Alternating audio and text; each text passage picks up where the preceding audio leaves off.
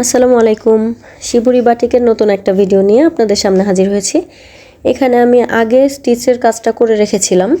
আপনাদেরকে আগের ভিডিওতে আমি শিবুরি বাটিকের কিছু কাজ দেখিয়েছিলাম। তো আজকে হচ্ছে আমি একটা 3 পিসের কাজ করছি। 3 পিসটা আমার নিজের, এটা কোনো কাস্টমাইজ করা 3 পিস না বা কোনো কাস্টমারেরও না, আমি নিজের জন্য বানাচ্ছি। তো এখানে বানানোর জন্য আমার এই সুতাটা লাগবে। এটা হচ্ছে আপনারা ব্লক বাটিকের মেডিসিনের দোকানে গিয়ে খুঁজলে পেয়ে যাবেন। এছাড়াও আমাদের খাতা সেলাই করার জন্য আমরা বোট এবং এই সুতাটা ছোটোবেলায় ব্যবহার করতাম, জানি না আপনারা কে ব্যবহার করেছেন বাকি। এটা হচ্ছে খাতা সেলানোর সুতা বললে পেয়ে যাবেন, অথবা বাটিকের টাইডাইয়ের জিনিসপত্র যে দোকান থেকে পাবেন সেই দোকানে গিয়ে এই সুতাটা জিজ্ঞেস করলে আপনারা পেয়ে যাবেন। এটা সাদা রঙের হলে বেশি ভালো হয়। আপনারা যদি অন্য রঙের সুতা নেন তাহলে রঙের সাথে বা মেডিসিনের সাথে মিক্সড হয়ে আমাদের কাপড়ের রং কিন্তু নষ্ট হয়ে যাবে। তো যাই হোক, এখানে আমি সেলাইটা করে নিয়েছি। সাদা 2.5 গজ কাপড় নিয়েছি, এটা আমার ওড়নার কাপড়। আমি 8 গজ কাপড় নিয়েছি, 2.5 গজ নিয়েছি ওড়না, 2.5 গজ সালোয়ারের জন্য এবং 3 গজ নিয়েছি কামিজের জন্য। তো এটা আমার ওড়নার কাপড়টা ছিল। এখানে আমি আমার ডিজাইন অনুযায়ী, অর্থাৎ নির্দিষ্ট যে ডিজাইনটা আমি করব সেই প্যাটার্ন অনুযায়ী সেলাই করে নিয়েছি। এখন সেলাইয়ের পরে আমি সাইডের সুতাটা ধরে এভাবে টেনে ভাঁজ করে নিচ্ছি কাপড়টা। আপনারা খেয়াল করেন, যারা নতুন শিখছেন তাদের খুব মনোযোগ দিয়ে দেখলে মাথায় ঢুকবে ডিজাইনটা আসলে কিভাবে হচ্ছে। যদিও টাইডাই বা শিবুরি বাটিক এগুলো হচ্ছে সেলাই করার সময় বা ভাঁজ করার সময় ডিজাইনটা বোঝা যায় না, কিন্তু রঙে ডুবানোর পরে আমরা যখন উঠিয়ে কাপড়টা শুকায়, অর্থাৎ বাতাসের সংস্পর্শে যখন আসে, তখন ডিজাইনটা এবং কালারটা ঠিকমতো বের হয়। তো এখানে আমি শিবুরি বাটিক করে 3 পিসটা পুরোটা কমপ্লিট করব। সম্পূর্ণ 3 পিসটাই আমি শিবুরিতে করছি, এখানে অন্য কোনো ডিজাইন বা ব্লক বা স্টিচ হবে না।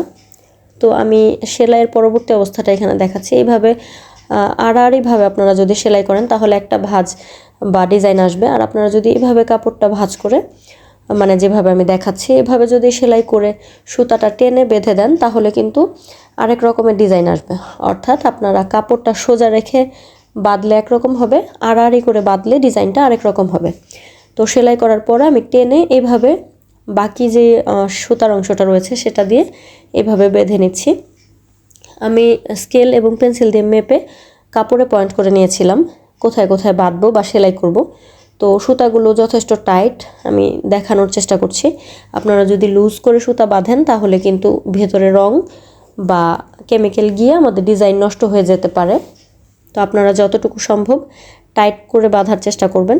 আর সেলাই করার সময় সুতার এক দিক গিট দিয়ে নেবেন, অন্য দিক খোলা রাখবেন।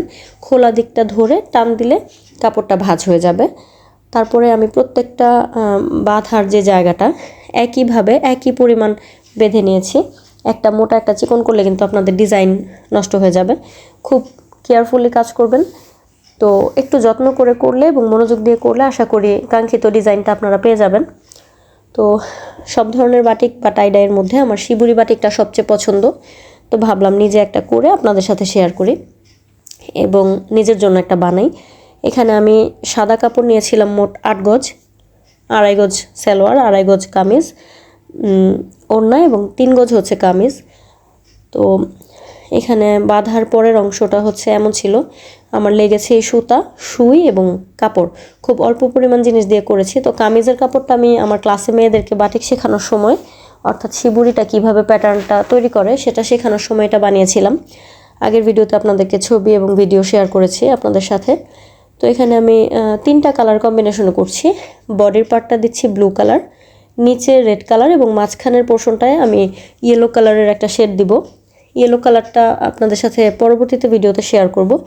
এখন আমি হচ্ছে 2 সাইড করে নিয়েছি কাপড়টা। প্রথমে আমি এভাবে সেলাই করে নিয়েছিলাম, কাঁথা স্টিচ যেটাকে বলে বা রান স্টিচ।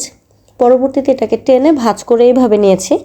ভাঁজ করার পরে এটাকে এইভাবে পেঁচিয়ে নিয়েছি। আমি কিন্তু পার্ট বাই পার্ট আপনাদেরকে দেখাচ্ছি, একটু খেয়াল করলে আপনারা বুঝতে পারবেন।